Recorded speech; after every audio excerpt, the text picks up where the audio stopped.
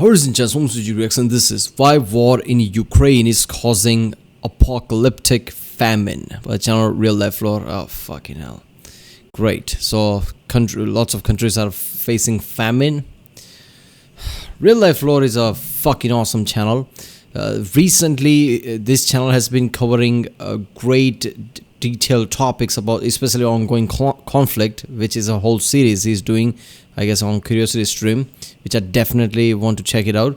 But his videos and details that he provides is like you can't find anything like that anywhere. Definitely not on any news channel or something like that. So RealLifeLore is kind of the main source if you want to see detail about things, right? Because it definitely goes detail into it. It's like 40 minutes videos and just, it's really detailed. So yeah, the current conflict is basically going to be, I don't know. I've been saying that a lot in since I started this channel, when I started to react to history videos. Like our modern world, we are kind of like I don't know how to say this, of walking at the edge of things. Like even smallest ripple in the economy, smallest event here and there could literally cause us to go panic mode, right? Recession and shit like that. And you add a war into it, right? I mean, look, the COVID pandemic, that basically fucked up economy at the level that we might have a recession coming soon because of that. The war's effect, war's effect's gonna be felt for next decade or so, right? We can't even foresee that right now, like what kind of effect that will have on economy. So unlike, I guess, centuries ago, in the global economy right now, it feels like everything's connected and everybody's making way too much profit. But that's not the case. We are kind of, basically hanging by a thread, everyone. Smallest thing here and there, and everything just, everybody starts to panic and everything just recession and shit like that. So global warming, climate change is already causing issues every year. Like it's just intensifying. Hell, you can really feel it, right? And then you see like how things are getting worse, certain events happening, more and more hurricanes are happening, right? Droughts are happening more and more. And obviously war's going to have effect on basically every small thing here and there. This video is just going to be terrifying. It's a 40-minute video, and obviously it's going to go into detail with this one. So let's watch it. This video was made possible by Curiosity Stream and Nebula. Watch another brand new episode in my monthly, ongoing modern conflict series on Nebula that covers the many recent wars and conflicts of the 21st century, with 15 full-length episodes already uploaded ranging from Russia's many conflicts in Ukraine, Transnistria, Georgia, and Chechnya, to the US-Iran conflict, Greece-Turkey conflict, and many more, with brand new episodes coming out every month, all of which you can access by simply signing up for the Curiosity Stream Nebula Bundle deal for less than $15 a year at curiositystream.com/reallifelore. This is David Beasley. He's the man who currently runs the United Nations World Food Program, the largest humanitarian organization in the world that is focused on global hunger and food security. Listen to what he has to say during this speech back from February of 2022 while speaking about impoverished countries around the world. So these are the countries that are struggling in such a way that if we do not address immediately over the next 9 months, we will see famine. We will see destabilization of nations like you are already seeing in certain places like in the Sahel. And third, you'll see mass migration. And I can tell you from experience, we've got the solutions, we've got the programs, we need the money and the follow through. Otherwise, nations around the world will pay for it 1,000-fold. Mr. Beasley was commenting on a global food supply problem back in February of 2022 that was already in a very bad shape for a very long list of reasons. In China, a series of catastrophic floods across the previous summer in 2021 damaged more than 30 million acres of farmland across the country, leading the Chinese agricultural minister to announce that their winter crop yield could end up becoming the worst in history. The The La Nina meteorological condition over the Pacific Ocean that began back in 2020 was persisting into an unusually long third year, bringing less precipitation than usual across the American West and dramatically exacerbating the already worst drought that the region has seen anytime in the past 1,200 years, from California to western Kansas, and seriously negatively impacting U.S. agricultural output in the process. Eastern Africa is currently experiencing the most severe drought there of at least the past 40 years. Damn. In August, the Taliban's recapture of the government in Afghanistan had plunged the country into an even worse food security situation, as financial sanctions from the West began to bite, while internal civil wars continued to rage across many of the countries in the Middle East, from Syria to Yemen, negatively impacting their citizens' abilities to acquire food. Back in 2020, in the capital and biggest port of Lebanon, Beirut, a catastrophic warehouse explosion took out most of the country's huge grain silos, leaving the country without any ability to store large amounts of grain and forcing them to become heavily reliant upon regular grain shipments coming in by sea instead, largely from Ukraine and Russia. And the lingering supply. Man, I hate this. Small events here and there is kind of getting collected, like this explosion here that took out the grain silos. It's like, people are already facing the food issue, right? Famine, like the guy said, famine is, if we don't do anything right now, famine is going to be a real thing in many countries, right? Even in India right now, lots of river basins are getting dried out, right? That, hasn't happened for decades now. I mean, we are seeing this kind of an effect everywhere. There's a fucking war going on. We are barely recovering from the pandemic, right? But it feels like everything is, getting collected into this thing, and desperation creates more and more war. So I don't know, man. Future looks. I've been constantly saying every time I react to a RealLifeLore video that future looks grim. But man, before, like, say 2019 and before that, right? I mean, we've been thinking like, holy shit, look at the technology. I mean, all the technology was rising up, and we had this feeling like, look at that, future looks promising. AI is going to be a real thing, all the robotics, and the future is just strong. Tesla and SpaceX were doing that thing, like we are going to Mars. Tesla was creating incredible electric car. Technology was looking like way too epic. It's like we are spearheading through technology, and the world looks great for the future. Then the fucking pandemic comes in 2020, right? And from there on, everything is just downhill, right? Climate change is becoming worse and worse every year, and it's just becoming. It's not gradual, right? It's like it's increasing in intensity every year. On top of that, war, COVID, it feels like after 2020. World's gonna look completely different for definitely a decade or two. Like in 2030, we'll be thinking like, holy shit, this last decade, things changed a lot. And this is grim, man.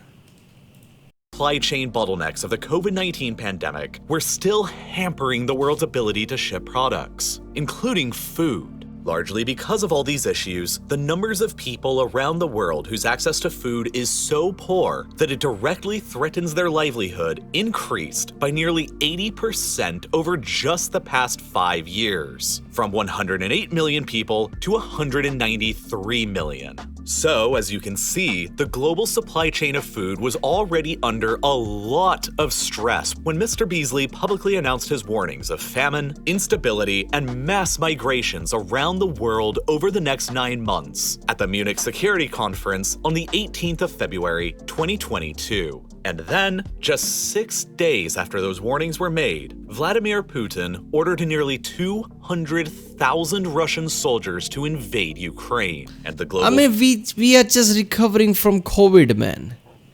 War immediately follows that. Like, can there be worse time than this? Come on.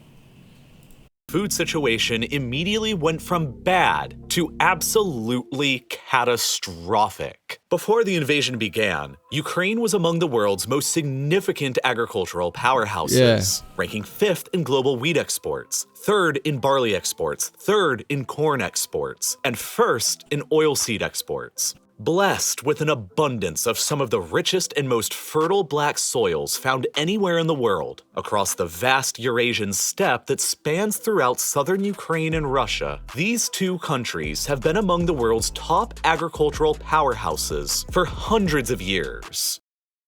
Ukraine alone provides nearly 9% of all the wheat that's traded in the world. Damn, that's a lot. When combined, the food that is grown upon these rich fields in both Ukraine and Russia supply nearly 30% of all the wheat that is traded across the world, 20% of the traded corn, 75% of all the traded sunflower oil, and nearly 1/8 of all the calories that are traded globally. An overwhelming percentage of these calories are usually delivered by cargo ship across the Black Sea and through the Turkish Straits towards countries across the Middle East, North Africa, and Eastern Africa, where the environment is significantly more arid on average. The soils are of lower quality, and the widespread production of crops is therefore more challenging. Egypt alone is the world's single largest importer of wheat, with a hungry population of more than 100 million people who largely all live immediately within the narrow oasis that the Nile River carves across the barren Sahara Desert. As a result, Egypt has one of the lowest ratios of arable land to people in the world, with even less arable land overall than Serbia, a country with nearly 15 times less people, which ultimately means that, inevitably, Egypt is a country that is heavily reliant upon importing food from other countries. The primary food staple within Egypt is bread, which accounts for roughly 30% of all the calories that are consumed by Egyptian citizens. This means that the country consumes around 21 million tons of wheat per year, and 62% of all that wheat is imported from abroad. And the overwhelming majority of that imported wheat, roughly 82% of it, all comes from just the rich black soil fields found across Ukraine and Russia. And Egypt is far from alone in this high level of dependence on food coming from around the Black Sea. The rich fields of Ukraine and Russia ordinarily supply 81% of Lebanon's imported wheat, 79% of Turkey's imported wheat, and significantly high amounts of imported wheat across the Middle East, North Africa, and Eastern Africa. This is one of the world's most crucial trade relationships. Not gonna lie, I never thought of Ukraine as a agricultural powerhouse, right? In this way, that massive lots of countries basically depend on it for grain. I never thought of it, right? It brought to my attention very recently, and yeah, this is just fucking ridiculous, man. Like, Russia and Ukraine are the two countries that has this, massive production of all these grains, and these are the two countries that are at war. So Egypt, Turkey, Lebanon, all these countries are gonna get screwed a lot, man.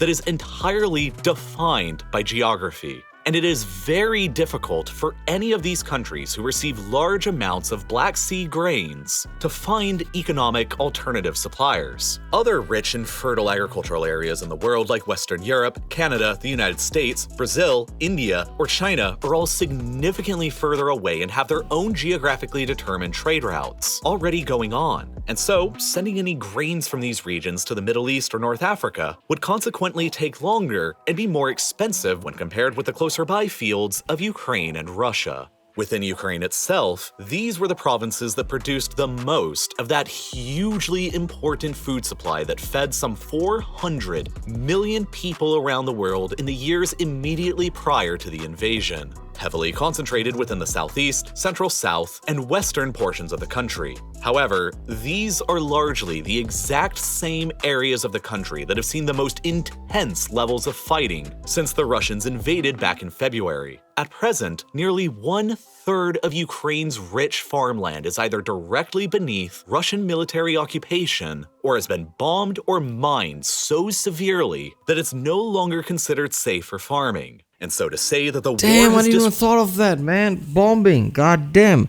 So the soils that got destroyed, it's gonna take a long time to recover. So even when the war finishes, the soils will not recover like that. It's gonna take time. This will have a long-term effect.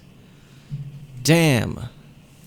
Disrupted Ukraine's usual agricultural productivity would be an absurd understatement. The war has absolutely crippled Ukraine's ability to produce and export their usual crops. For example, the vast majority of Ukraine's wheat crop is winter wheat that is planted during the autumn months between September and November, and then ordinarily harvested during June and July the following year. This entire wheat crop within Ukraine that was planted last year is therefore supposed to be being harvested right now. But half of those winter wheat fields are currently beneath Russian military occupation, or still being actively fought over, which ultimately means that a lot of the usual harvesting of this wheat crop isn't going to happen at all this year.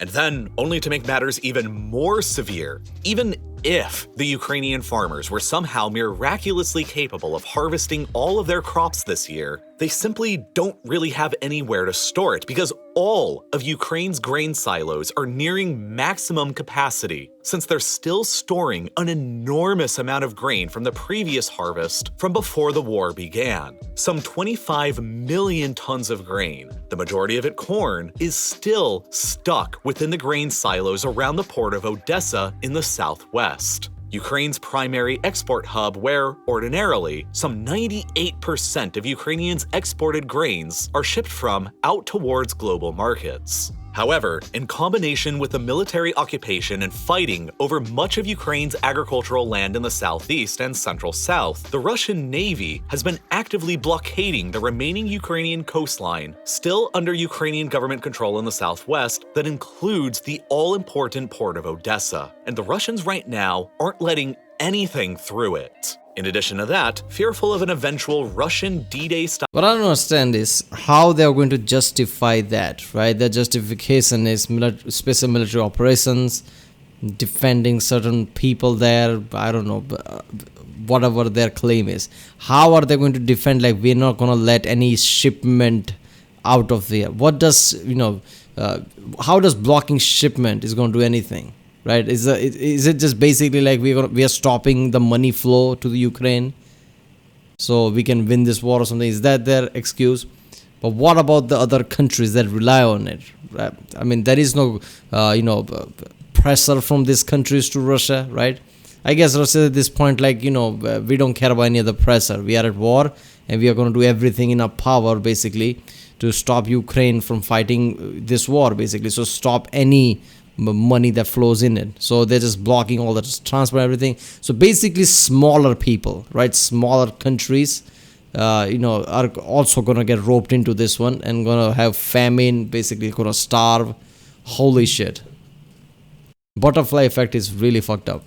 Amphibious assault on the beaches near to Odessa, the Ukrainians have planted an enormous amount of naval mines within the waters immediately around Odessa to deter them. But both of these factors combined mean that Ukraine isn't capable of exporting any of their usual crops out to the global market, even if they were harvesting all of their crops. Which means that tens of millions of tons of food stored in Odessa's grain silos are likely going to begin rotting. And the next crop that is supposed to be being harvested right now will likely also rot to nothing. Damn. It's quite possible that Ukraine's total exports of food this year, which are usually in the top 5 globally, will end up being effectively zero, and the country could end up becoming a net importer of food this year instead if the war gets bad enough. This all on its own could end up taking out roughly 5% of all the trade. I didn't even thought of that. They'll have to, I guess, import a lot of things too because of it, right? I mean, look, because of the war, Russia will basically take over lots of farmland, like he said, like half of it at least. All those Ukrainians probably fled to other part of the Ukraine or somewhere else. Now Ukraine will have to import more grain rather than export it. So basically demand for grain is going to rise up overall. Calories in the world during a normal year, which, in addition to all the other problems going on right now with the global food supply, will have disastrous consequences that will reverberate across the entire world, but will be felt most severely across Ukraine's normal grain export destinations in the Middle East, North Africa, and Eastern Africa. Now, obviously, one of the biggest problems creating this whole situation is the ongoing Russian blockade of Ukraine's southwestern coast and Odessa, which isn't allowing any of Ukraine's agricultural exports to leave from port. And to make matters even still worse, the Joint War Committee of Lloyd's Insurance, one of the largest maritime shipping insurance companies in the world, has now labeled the entire Ukrainian coast and northern Black Sea a region of, quote, high risk, which basically means that insurance premiums for cargo ships operating within this area right now are sky high. In order to get around the blockade and the insurance issues, there have been some proposals made to reroute a lot of Ukraine's agricultural products from maritime shipping out of Odessa towards overland shipments by rail and truck towards the European Union, and over to other maritime ports in Romania, Bulgaria, Poland, or the Baltic states. But there's a number of problems with this idea. First of all, most of the European Union and Ukraine use different rail gauges for their railroads, which creates a man-made choke point for rail-based trade at the Ukrainian-EU border. Ukraine's entire infrastructure has been built out over decades to get their grain down to ports on the Black Sea to ship out by container vessel, and shipping it out over land to the Europe. Yeah, see the problem, the European Union code and the other countries' code, and basically, yeah, shit like that will be the, compatibility problems are going to be there. Who would have thought that, right? Obviously, European Union, all countries inside that follows European Union, rules and regulations. So any country inside European Union will probably have the same thing. Obviously, Ukraine is not part of EU. So yeah, there's going to be gauge issue, this and that. God damn. This is a big challenge. I don't know how they're going to do it. I guess the, trucks is the only option left, I guess. European Union will simply not be as efficient or quick. Therefore, even the most optimistic of planners expect that the Ukrainians won't be able to get any more than 20% of their usual global grain exports out to the EU by land using rail and trucks. The vast majority of Ukraine's grain can only get out by sea through Ukraine's own ports on the Black Sea and through the Turkish Straits. But how can this be done with a Russian naval blockade? This problem has led Lithuania, a NATO and European Union member state today, an ex-Soviet republic of the past, to propose a second and far more dangerous option. They have proposed forming what they call a naval coalition of the willing, an alliance of nations that will send armed ships into the Black Sea to safely escort Ukrainian merchant ships carrying the all-important grain through the Russian blockade and out to world markets. And while risky, such an action would have some historical precedent. During the Iran-Iraq War throughout the 1980s, the United States Navy carried out the largest convoy operation since the Second World War when it agreed to escort Kuwaiti oil tankers through the maelstrom of the war-torn Persian Gulf so that their enormous oil resources would continue reaching the global market. However, that operation was rife with controversy. American escort vessels were struck routinely by both Iraqi and Iranian ordnance that almost brought the United States formally into the conflict. And then, in 1988, one of these American warships misidentified an Iranian passenger jet that was still flying within Iranian airspace and fired a missile at it that shot the plane down, killing all 290 civilians who were on board, an action that the US government, still to this day, has never formally apologized for or acknowledged any responsibility over. If the United States carried out— Come on, man. Civilian plane, that's a massive blunder right there. But seriously, man, I mean, look, if anybody tries to— guiding transport somewhere makes sense if it's the subject basically is a sandwich between two conflict areas. But that's not the point here, right? The subject, as in, Ukraine itself is at war against Russia. So Russian blockade specifically is there, so there is no boat going from the Odessa port. So if any other outside force comes there thinking, oh, we are just to guard the, this transport here to there, Russia is deliberately trying to block that. So there is no money flow inside the Ukraine. So whoever comes there, Russia will see that as direct, conflict with them, right? I mean, they've been constantly saying that any kind of an act that feels like that that's going against Russia will be met with force or something. So anyone that joins in with that, they will be directly at war with Russia. So I don't know how that's going to happen. Even if USA and major countries join in, they will be directly joining the conflict at that point. similar operation today within the Black Sea. Similar accidents and misunderstandings can happen, except the difference this time is that unlike Iran, Russia is the world's largest nuclear power, with at least 1,500 nuclear long-range missiles ready to fire at a moment's notice. Moreover, the Russians have an absolute arsenal of anti-ship and area denial capabilities, with their numerous weapon systems stationed within the Crimean Peninsula, enabling them to effectively dominate the water. Yeah. Russia is one of the two major military powers, US and Russia. Basically, every time somebody talk about Russia being a power, like that, Russia is no powerhouse, Russia's GDP, this and that. Nobody's talking about economy here. Everybody's talking about the military power, right? Military power wise, Russia and US are the top two, and so Russia is part of the top two, right? So yeah, they will have all the equipments that you can think of. They will have all the weapons, anti-aircraft, anti-this, anti-that. Yeah, this is not happening. No other forces is going to intervene there because there will be direct conflict. Waters of the Black Sea from the land. Any Allied ships escorting Ukrainian merchant vessels out of Odessa have to be prepared to potentially come under fire from the Russians for violating their blockade. And in that event, the Allied ships must be willing to return fire It's a or the war. entire operation All-out is war with them. pointless. But if they do return fire, that leads to a direct military confrontation between themselves and the Russians, with uncertain but potentially catastrophic risks of escalation even further. And then there's still the fact that the Ukrainians have mined the hell out of the waters around Odessa themselves. If the convoys are going to be successful, Ukraine will have to remove most of those mines. But they aren't likely to do that because doing so would free up the amphibious invasion path for the Russians towards Odessa. The Ukrainian government has offered that they would be willing to remove the mines if the West provided them with long-range anti-ship missiles, but that remains to be seen if it'll actually happen or not. In many ways, the problem with Allied convoys escorting Ukrainian merchant ships across the Black Sea is very similar to the debate on declaring a no-fly zone over Ukraine's airspace. Is this ultimately an issue that NATO is willing to risk a direct war with Russia over? And like the no-fly zone just means declaring war. Russia is basically point blank saying that we are doing special military operation. We are doing war in Ukraine. No-fly zone means what? That anything flies there which is unidentified or whatever, they're going to shoot it down. So they're going to shoot down a Russian plane. That's a direct fight with the Russia and NATO fight, or whoever is shooting it down. Obviously, it's going to be NATO.